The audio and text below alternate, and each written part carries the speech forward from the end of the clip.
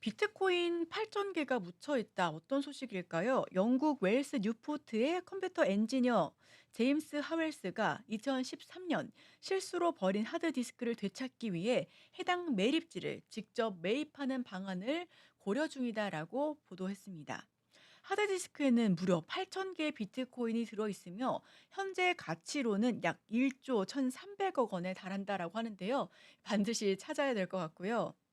하웰스는 지난 10년간 뉴포트 시의회에 회수를 요청했습니다. 다만 환경 문제로 이를 거절당했고요.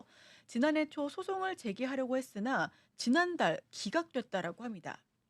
최근 뉴포트 시의회가 해당 매립지를 폐쇄할 계획을 발표하자 하웰스는 매립지 매입을 고려할 수 있다라고 밝혔는데요.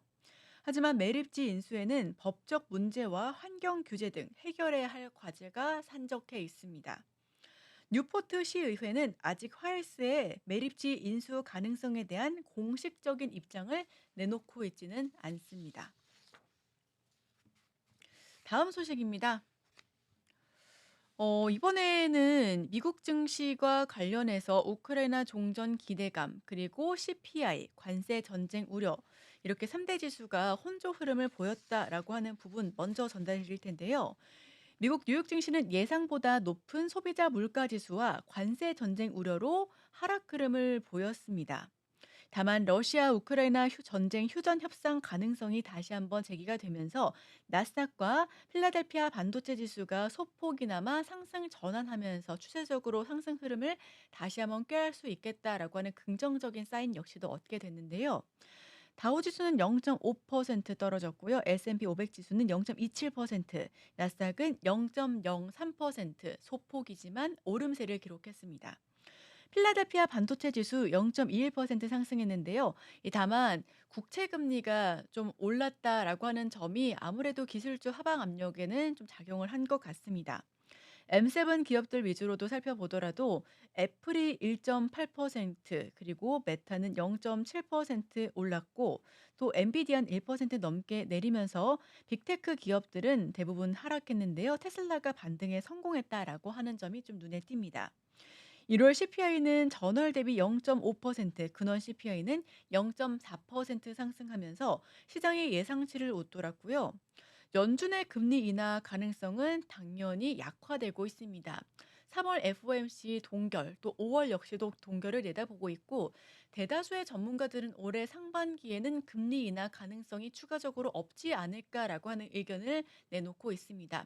금리 인하를 하더라도 올해 하반기, 즉 추석쯤이 될 것이다라고 하는 의견과 더불어서 오히려 그때까지 물가가 잡히지 않는다면 이와 더불어 금리 인상에 대한 피벗 기조도 확인할 수가 있겠다라고 재차 강조를 하고 있는데요. 이에 따라 3월 금리 동결 확률이 95%에서 97%까지 올랐고요. 6월까지 동결 확률은 66.7%로 상승하고 있습니다. 9월 이후에야 금리 인하 가능성이 좀 높아지고 있을 예정인데, 제롬 파월 연준 의장은 금리 인하를 서두르지 않겠다라고 다시 한번 재확인했고요. 트럼프 대통령이 이에 대해서 관세 정책에 따라서 금리 인하를 서둘러야 할 것이다라고 압박을 하고 있음에도 불구하고 우리는 독립기관이다라고 이야기를 하고 있습니다. 굉장히 아이러니하게 이와 함께 비트코인이 상승 추세를 보여지고 있었어요. 한편 미국과 러시아가 우크라이나 전쟁 휴전 협상을 본격화할 가능성이 제기되면서 원유 공급이 원활해질 것이다라고 하는 전망에 엑손모빌, 그리고 세브론 등이 에너지 관련된 주가는 하락했고, 트럼프 대통령은 푸틴 대통령과 통화를 통해 전쟁 희생자를 줄이고 싶다라고 재차 의견을 밝히기도 했습니다. 백악관은 상호 관세 조정 논의를 진행 중이며 인도 총리 방문 전 발표할 가능성이 있다라고 전달드렸습니다. 미국 증시와 비트코인, 즉 암호화폐의 상관관계가 굉장히 높기 때문에 한번 전달드려 봤습니다. 또 이와 더불어서 일본 금융청이 암호화폐 세율을 기존 55%에서 20%로 인하하는 방안을 논의하고 있다라는 소식을 전달드리겠습니다.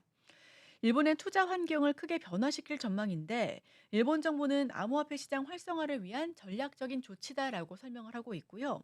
규제 완화를 추진 중인데 2025년 6월 정책 개정안을 발표하고 2026년 정기 국회에서 법안 개정을 추진할 것으로 보여집니다.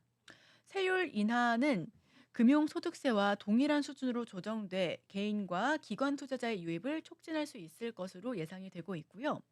또한 미국 SEC의 ETF 승인에 맞춰서 일본 역시도 비트코인 ETF 도입을 검토하고 있다라는 소식입니다.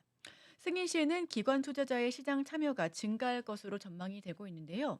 일본의 정책 변화는 글로벌 트렌드와 맞물려 있으며 소프트뱅크를 비롯한 대기업들의 암호화폐 투자 확대에도 영향을 미칠 수 있을 것으로 긍정적으로 보여집니다.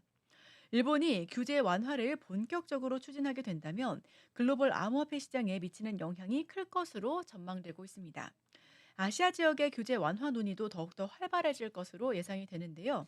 이와 함께 우리 역시도 이와 관련된 규제 논의가 조금씩 더 풀어지지 않을까 하는 투자자의 기대감 역시 높아지고 있습니다.